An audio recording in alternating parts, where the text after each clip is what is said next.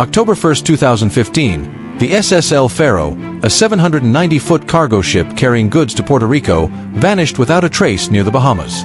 Its last known communication was haunting: "We're taking on water."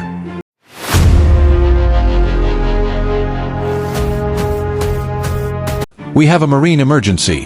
What led this seasoned vessel and its 33 crew members into the heart of a Category 3 hurricane?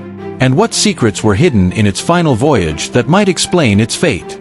This is the story of the SS El Faro, its disappearance, its hidden cargo, and the questions that remain unanswered. The El Faro wasn't just a cargo ship, it was a lifeline for trade between Jacksonville, Florida, and Puerto Rico. With decades of service under its belt, the ship was considered reliable despite its age. But on that fateful voyage, as Hurricane Joaquin churned through the Atlantic, the El Faro found itself caught in a deadly trap. Was it human error, mechanical failure, or something more that led to its demise? Let's uncover the truth. Built in 1975, the SS El Faro was a workhorse of the seas. Originally named the Puerto Rico, it was later refurbished and renamed El Faro, meaning the lighthouse in Spanish. With a capacity of over 31,000 tons, it was designed to carry cargo containers and vehicles. Over the years, it became a familiar sight on its route between Jacksonville and San Juan. But by 2015, the El Faro was showing its age. Despite upgrades and inspections, questions lingered about its structural integrity and safety equipment. Could a 40-year-old vessel withstand the fury of a Category 3 hurricane? The answer would soon be tested in the most tragic way. On September 29, 2015, the El Faro departed Jacksonville on what was supposed to be a routine voyage. Captain Michael Davidson, a seasoned mariner with decades of experience, was at the helm.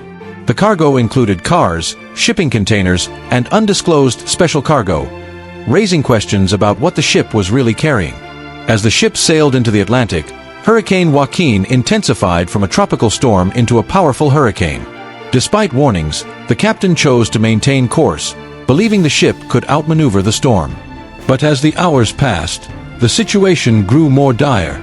By October 1st, the El Faro was fully engulfed in Hurricane Joaquin's outer bands. Winds exceeded 115 miles per hour, and waves towered over 30 feet. Communication logs revealed the growing desperation on board as water began to flood the ship's lower decks. The crew struggled to stabilize the ship, but a combination of engine failure and flooding made it nearly impossible. The final moments were chaotic: calls for help, emergency protocols, and a crew fighting for survival against an unstoppable force of nature. As the El Faro faced the full fury of Hurricane Joaquin, Captain Davidson made a desperate call to shore. His voice, calm but strained, revealed the grim situation. The ship had lost propulsion, was taking on water, and was listing dangerously. The final words transmitted were haunting: "We are going down." Moments later, all communication ceased. What unfolded in those last moments remains a heartbreaking mystery. Did the crew have time to escape? Were lifeboats successfully launched? The ship's silence left the world with more questions than answers. When the El Faro failed to arrive at its destination, the Coast Guard launched a massive search operation.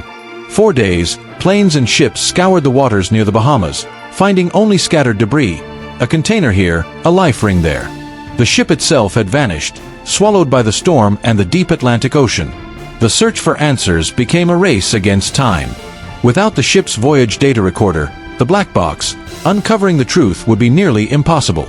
Hope dimmed as the days passed, and the El Faro's crew of 33 was declared lost at sea. With the ship lost, the National Transportation Safety Board, NTSB, and Coast Guard launched an investigation. The key to solving the mystery lay 15,000 feet beneath the ocean: the El Faro's wreckage and its black box recorder. Advanced underwater technology was deployed to locate the wreck and retrieve crucial evidence.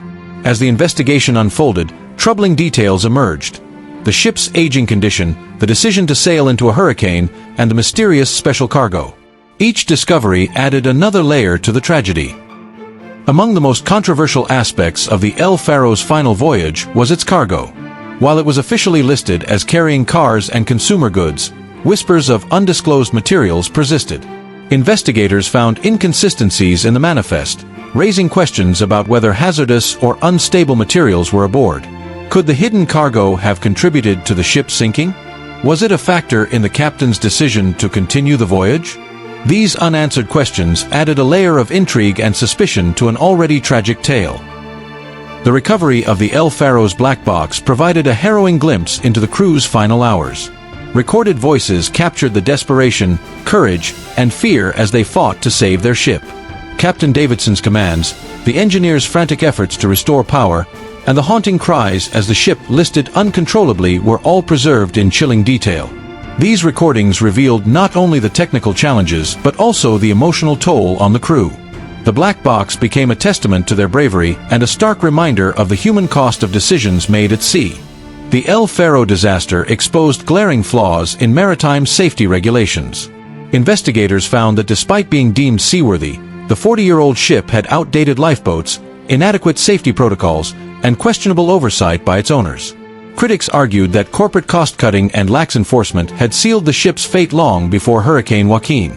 The tragedy prompted a re-evaluation of shipping industry standards, sparking debates about the balance between profit and safety. Could tighter regulations have prevented the El Faro's demise?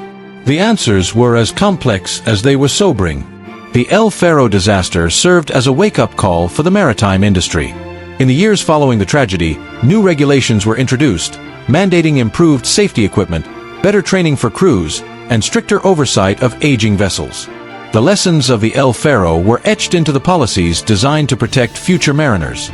Yet, the story of the El Faro also underscored the importance of human judgment.